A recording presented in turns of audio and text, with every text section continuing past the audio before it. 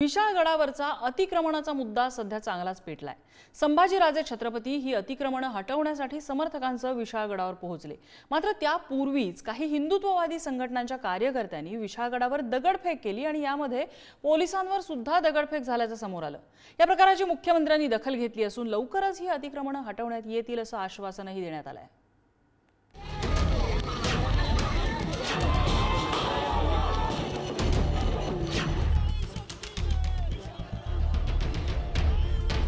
विशाळगडावरील अतिक्रमणाचा मुद्दा चांगलाच तापलाय। अतिक्रमण हटाव आंदोलनामध्ये स्थानिकांवर काही हिंदुत्ववादी संघटनांच्या कार्यकर्त्यांकडून दगडफेक करण्यात आल्याचा आरोप करण्यात आलाय। या ठिकाणी बंदोबस्तावर असलेल्या पोलिसांना सुद्धा लक्ष करण्यात आल्याचं सांगण्यात येत आहे। अतिक्रमण हटवण्यासाठी हिंदुत्ववादी संघटना आणि संभाजीराजे छत्रपती एकाच दिवशी आक्रमक झाल्याचं पाहायला मिळालं। विशाळगडावरील अतिक्रमणाविरोधात संभाजीराजे छत्रपती रविवारी शेकडो कार्यकर्त्यांसह कोल्हापूरकडून विशाळगडाकडे निघाले। संभाजीराजे विशाळगडावर पोहोचण्या अगोदरच हिंदुत्ववादी संघटनांच्या काही अज्ञात व्यक्तींकडून दगडफेकीची घटना घडल्याचा आरोप करण्यात आलाय। मात्र एकीकडे हे झालं असलं तरी दुसरीकडे विशाळगडावर पोहोचलेल्या संभाजीराजेंनी अतिक्रमण खववून घेणार नाही असा इशारा दिलाय।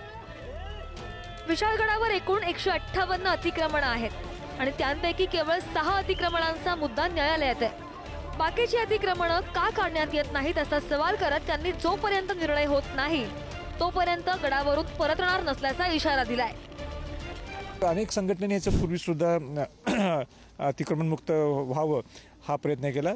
मी त्याचा एक निमित्त आहे आणि म्हणून 1.5 वर्षाच्या अगोदर ही मुवमेंट झाली आणि सरकारने निर्णय आता घेतलाय की उद्यापासूनच अतिक्रमणाची कारवाई सुरू होईल आणि ते पूर्ण पाळतील असा मला विश्वास आहे।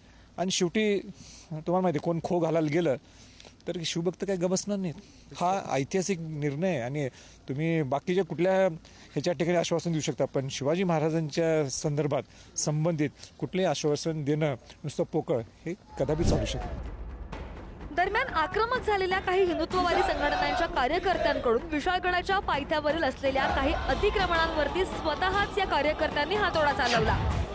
याचाच आढावा घेतलाय आमचे प्रतिनिधी शेखर पाटील यांनी।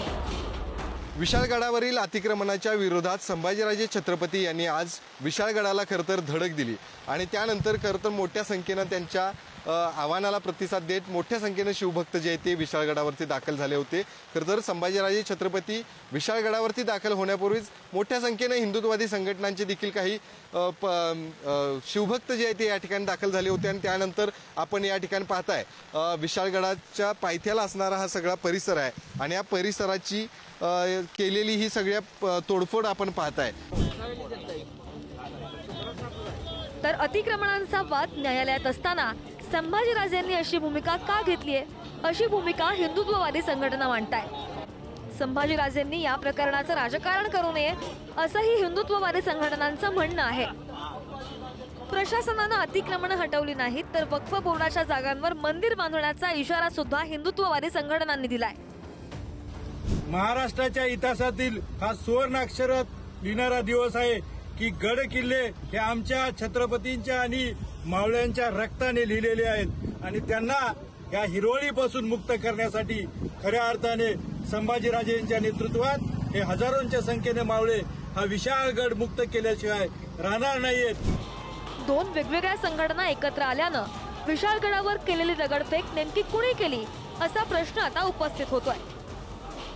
या दगडफेकीनंतर विशाळगडावर काही काळ तणावाची स्थिती निर्माण झाली होती।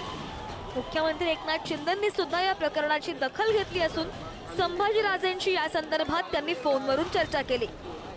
विशाळगड अतिक्रमणांच्या मुद्द्यावर योग्य ती कारवाई करण्यात येईल असंही त्यांनी सांगितलंय। तर कुणीही कायदा हातात घेऊ नये असं आवाहन संभाजीराजे छत्रपती यांनी केलंय। माझं जिल्हाधिकाऱ्यांशी बोलणं झालेलं आहे आणि छत्रपती संभाजीराजे त्यांच्याशी माझी चर्चा झाली। त्या ठिकाणचं त्यांची मागणी आहे की जे अतिक्रमण आहे ते अतिक्रमण काढलं पाहिजे। गडावरचं अतिक्रमण काढून गडाचं पावित्र्य राखलं पाहिजे। प्रत्येक गडकोट किल्ल्याच्या बाबतीमध्ये शासन नक्की विचार करत आहे आणि यामध्ये देखील विशाळगडाच्या बाबतीत काही ज्युडिशियल काही प्रकरणं आहेत, सबज्युडिस मॅटर आहेत आणि ते कायदेशीर आणि सगळ्या बाबी तपासून यावर योग्य ती कारवाई केली जाईल. अतिक्रमण सिद्ध झालं असेल तर कुठल्याही परिस्थितीमध्ये नियमानुसार त्याच्यावर कारवाई होईल. फक्त अतिक्रमण निष्कासित करताना प्रशासनाची ती जबाबदारी आहे. मग तिथले स्थानिक कलेक्टर असतील, स्थानिक SP असतील किंवा ज्यांच्या अखत्यारीमध्ये ज्या स्थानिक स्वराज्य संस्थेच्या अखत्यारीमध्ये ते अतिक्रमण आहे त्या माध्यमातून ते अतिक्रमण निष्कासित करण्याची नियमानुसार कारवाई केली जाईल.